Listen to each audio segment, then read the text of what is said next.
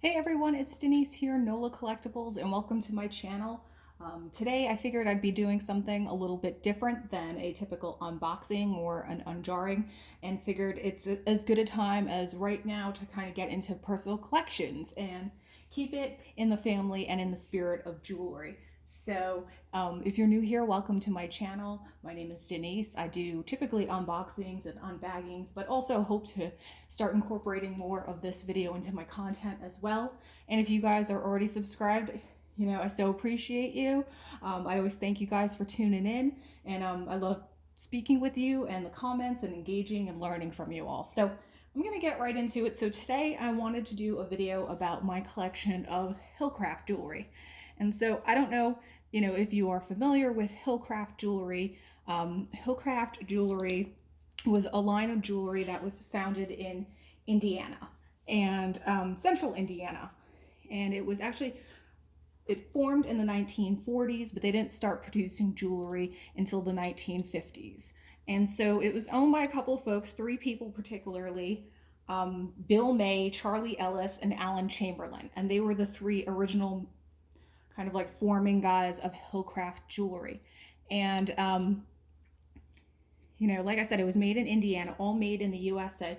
But what's very fascinating, I think, about Hillcraft jewelry is that the fact that it was manufactured by patients of the Indiana State Tuberculosis Sanitarium. So they would actually employ some of the patients that were there in the sanitarium for tuberculosis treatment to make some of these items. So what's also very interesting, I think, about Hillcraft jewelry is how unique it is. So I pulled out a couple of pieces here. What is very signature about Hillcraft jewelry that makes it very identifiable is this gold wire kind of like setting around the earring itself and also the back of the earring. So if you'll see here, it doesn't look like a traditional clip-on earring. It has this very unique kind of back, which is known as like a slip or slide back. And this was something that was actually patented by Hillcraft jewelry and used by Hillcraft jewelry and also Castlecraft jewelry. But we'll kind of like get into that a little bit later. So the wiring, like I mentioned, is what was done by the patients at the sanitarium. The wrapping kind of goes around the circumference of the earrings and also includes some of the work that was on the back as well. So part of the slip or the slide. So these are just a couple of examples of what I think are very cool Hillcraft earrings, and these particular ones are manufactured in plastic. So they manufactured in a couple of materials. These ones were plastic, and they also like source their material from a variety of places. So you'll see here, this is kind of like a swirl lucite, very pretty, with an open back. They sourced material from Germany, they sourced their material from New York, they sourced their material from Japan, and they also used check glass, molded check glass. These are some other plastic ones here. These are very cool. These are kind of like a plate on top of a plate. People like Hillcraft earrings not only because they're so, they're very unique, they're very distinctive, but also supposedly they're also very comfortable to wear. So the reason why they were created in this technique to begin with is, because women were complaining about clip-on earrings and how uncomfortable they were.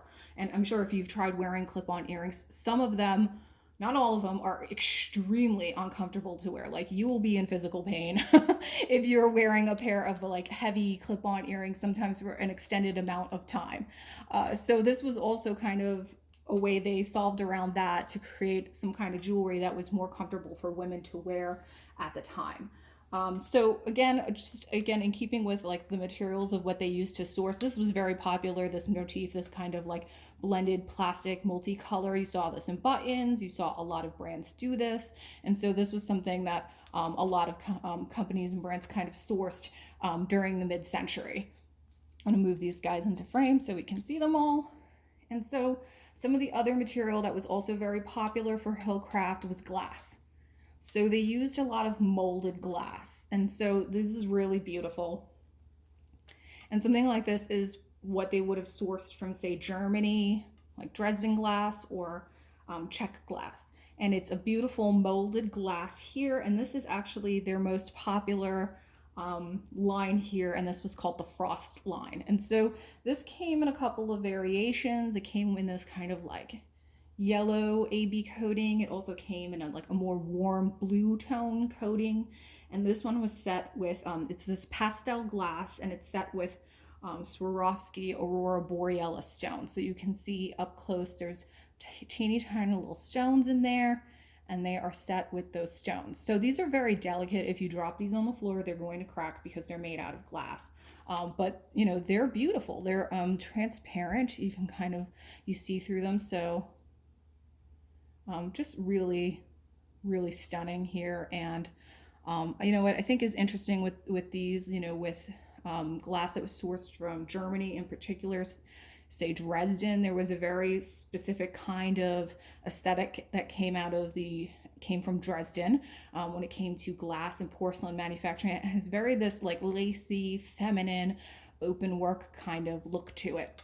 You know, going beyond, I would say, you know, obviously jewelry components, and like what it reminded me of, which is something that is very traditional to Germany and Dresden particularly, is Dresden paper. I don't know if you've ever seen Dresden paper, and Dresden paper is like, you know, something that they've used for like paper crafting and ornaments. And again, it's you can kind of see like where there would be similarity here. It's just lacy and feminine, and you know, is made on these like machines, these stamping machines. It's gorgeous.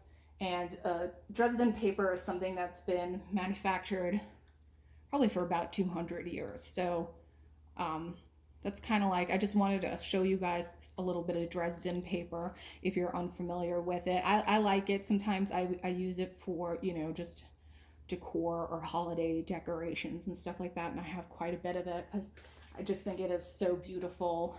I do a lot of crafting, you know, I do a lot of like Mardi Gras related crafting and costuming and stuff like that. So I have a little bit of a collection of Dresden paper as well. So I just wanted to mention that because I can definitely see the similarities there, you know, of the aesthetic that comes from the same area. So anyway, as we continue on with our discussion here about Hillcraft earrings, what was interesting about Hillcraft even more was that, you know, this was not jewelry that was sold in department stores, so it wasn't widely available.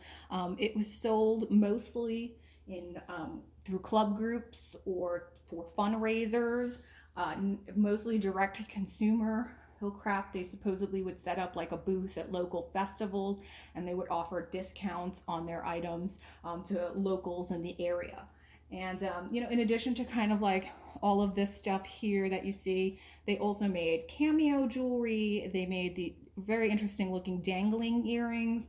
They made necklaces to match their earrings. This is a little set right here, and it goes with these molded glass earrings right here. And that's really beautiful. And you can see, you know, these are like a smaller diameter size versus some of these larger earrings, but this is super beautiful. And, you know, a lot of people don't know about Hillcraft, and that's why it often gets overlooked. And I've watched unboxing videos and unbagging videos here on YouTube, and I've seen people just kind of like dismiss these items because they don't know what they are. And, you know, they do look like buttons. You know, if you don't know what they are, you're like, are these paper clips? Are these buttons? Like, I'm not sure. So, yeah. So those are really neat. They also made cufflinks, they made tie tacks. I don't know if I had mentioned that. The Frost line, the other thing about Hillcraft that made them like very, very unique, they were very customer oriented. And you could see some of these guys are very elaborate and very, you know, very designed. Like there's a lot of design elements there. This one has like that starburst in the middle with the orange, and this one has two types of plastic on the back for a navy blue and a lighter blue kind of moon glow lucite look to it. So Hillcraft would take custom orders. So women would go to Hillcraft and they would say like, you know, I have this special event I'm going to, and my dress is purple and it has a sheen to it, and here's a sample and this is what it looks like, and can you guys make custom jewelry for me? And so they would honor those requests and they would make custom made pieces for their customers. So it's not unusual to find, custom made Hillcraft sets that people had requested and that the jewelry manufacturer had honored in creating. So I think that's very neat. So the other thing was, like, if you lost a piece of Hillcraft jewelry, they would, like, say you lost an earring, you write the company and they would send you the replacement earring for free. Or if the style was no longer being manufactured, they would resource the component for you and recreate your other pair for your lost earring, which is, is pretty amazing. I love these. These are just so beautiful. They're like pastel yellow, slight aurora borealis coating. I think these are gorgeous. Yellow glass. I love them so much. So pretty. So yeah, they did like a lot of custom created pieces for folks, and their approach was very customer oriented. Here's another set of molded glass, kind of frosty looking, and with an aurora borealis coating there. And they're just really beautiful. It's hard to see the detail there, but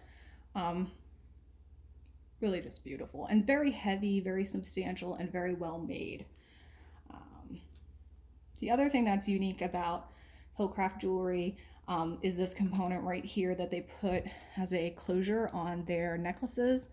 You can see here it's almost like a little keyhole, and on the end of the chain there's a ball. So they would put this on their necklaces, and this right here also looks like the component that they used for their dangling earrings. I wish I had some dangling earrings here to show you guys. I feel like I have come across them in my lifetime through jewelry and bags and unboxings. I'm not sure what might happen. I probably wasn't educated myself on it because, like I said, these are just items people don't know about. The awareness is just not very high, and so they get dismissed very easily. Here's another piece here. These are beautiful gold. These are very Art Deco-y inspired revival, the gold and black design, and it has some diamond cutting on the gold in the center right there. So that's really beautiful as well. So, it was a very localized brand, and since it wasn't sold in any department stores or any traditional retail outlets, again, it minimized the knowledge base about just Hillcraft in general. But it is purported that Rose Nylund, everybody's favorite Golden Girl, wore a pair of Hillcraft earrings in an episode of Golden Girls, which I think is pretty cool. And I think her character was from Indiana, I want to say. I forget. St. Olaf? I don't know where St. Olaf was. But I think she was Midwestern, right? So she wore a pair of Hillcraft earrings in an episode of Golden Girls. So that's pretty cool. These earrings back in the day, these guys would retail like $2.50. And so I think these are really fun, collectible kind of jewelry items because they are so unique. The back of the earring, they exclusively hold the patent for that slide and slip-on style. Actually, it's Hillcraft and it's and Castlecraft. They both use these earring components together. And so with Hillcraft and Castlecraft, one of the original founding members of Hillcraft, Charlie Ellis, he left the company and he formed Castlecraft. And Castlecraft created pretty much the same style of jewelry, but apparently it was an amicable leave. They didn't fight. It wasn't a fissure in the business partnership, and they ended up creating very similar styles of jewelry side by side to each other and continued to get along. So even until the end of the company's existence, apparently they were still very amicable and friendly and shared manufacturing facilities. So I think that's it. I have a couple of really fabulous like single earrings as well. This guy I think is very beautiful. Kind of looks like almost like a flower, but it's an iridescent glass. I wish I had the other one of this guy. It's clear glass, transparent. This trillion shape, which is very unique. And this dude here, which is a plastic lucite molded piece. He's a little single that I have as well, so I hold on to those.